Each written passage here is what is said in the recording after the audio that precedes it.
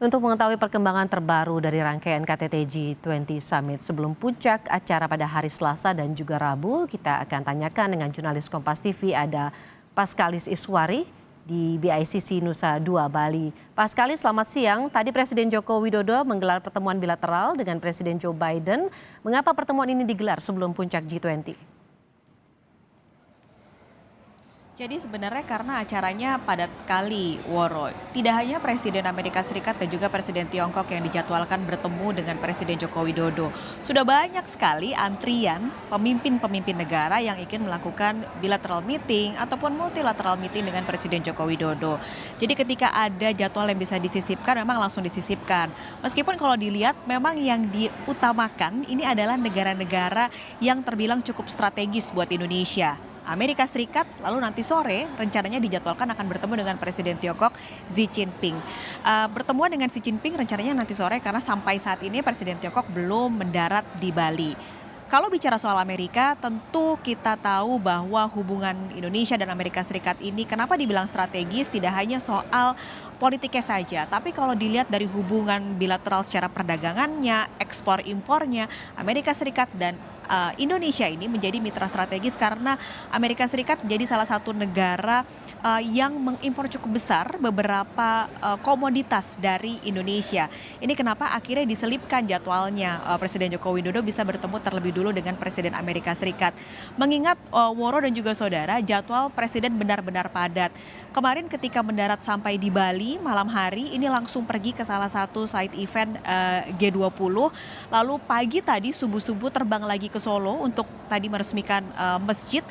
Balik lagi ke Nusa Dua, langsung bilateral meeting dan sampai nanti malam ini jadwalnya sudah padat sekali. Ada beberapa acara yang dijadwalkan akan dihadiri oleh Presiden Joko Widodo. Tapi apa sebenarnya yang dibicarakan oleh Presiden Amerika Serikat Joe Biden bersama dengan Presiden Joko Widodo? Kami masih menanti karena pertemuannya tertutup dan mudah-mudahan akan ada konferensi pers untuk memberitahukan sebenarnya apa saja yang jadi pembicaraan keduanya. Woro. Selain pertemuan bilateral, apa yang menarik dari side event gelaran G20 hari ini, Pak Paskalis?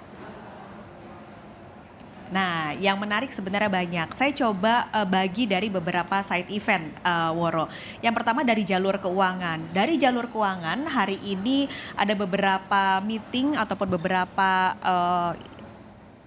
yang dilakukan, misalnya ada pertemuan soal sukuk, lalu juga soal Islamic Finance, lalu juga soal digital payment.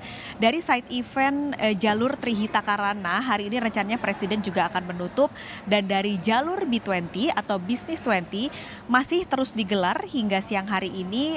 Nanti Presiden juga kalau dilihat jadwalnya juga akan menutup acara B20 yang memasuki hari kedua hari ini. Tapi yang paling menarik sebenarnya sejak tadi pagi hingga siang hari ini sebenarnya adalah ketika CEO Tesla sekaligus CEO Twitter yaitu Elon Musk hadir meskipun secara virtual di acara salah satu session di B20 meeting ini, yaitu di session berjudul Navigating Future Disruption of Global Technological Innovation. Jadi Elon Musk berbincang one on one ini dengan Anindya Bakri yang merupakan CEO dan juga Presiden Director Bakri and Brothers. Ketika Elon Musk hadir di sebuah layar besar, ini kondisinya gelap. Jadi ternyata di lokasi Elon Musk sedang melakukan sambungan secara digital ini mati lampu, saudara. Beberapa menit sebelum Elon Musk harus tersambung di acara yang besar ini yang dihadiri ribuan kepala-kepala perusahaan di acara B20 meeting pada hari ini. Jadi gelap kondisinya dan dia minta maaf karena ini mati lampu gitu. Jadi dia nggak bisa ngapa-ngapain juga. Kondisinya gelap sekali dan di sana karena ada perbedaan jam juga di kita di Indonesia ini masih siang, di tempat Elon Musk ini sudah gelap. Makanya udah sangat tidak membantu cuaca dari panas dari luar juga tidak ada, makanya gelap sekali.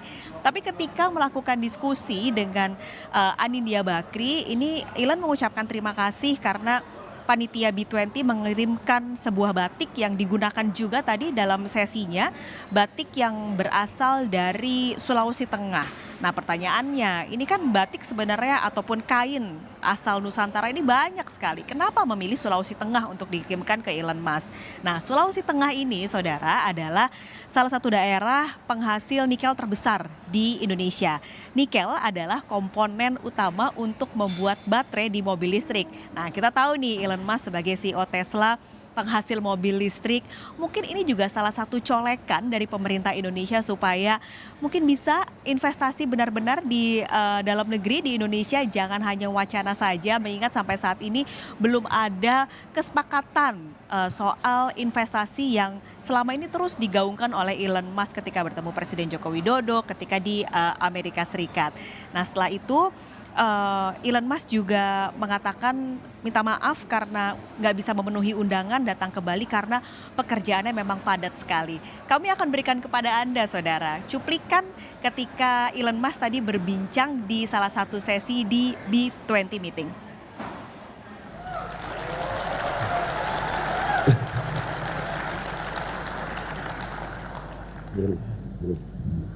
Hi, Sorry, Elon. we actually just weirdly.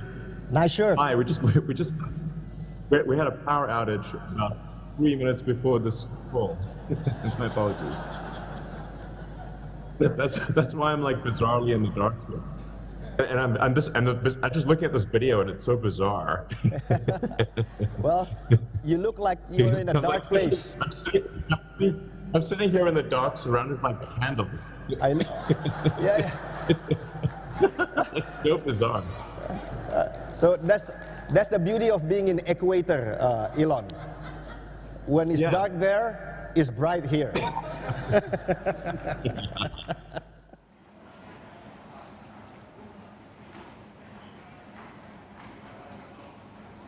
Jadi bukan hanya Elon Musk yang hari ini jadi pembicara, perbincangannya juga cukup menarik. Banyak yang ditanya soal pandangan Elon Musk soal dunia digital di Indonesia, lalu bagaimana dukungannya terhadap transisi energi dan bagaimana pandangannya soal mobil listrik. Tapi pada hari ini juga dijadwalkan akan ada bos Amazon yaitu Jeff Bezos akan jadi pembicara dan juga Perdana Menteri Kanada Justin Trudeau. Demikian laporan dari gelaran G20 dari Nusa Dua Bali. Saya kembalikan ke Woro di studio.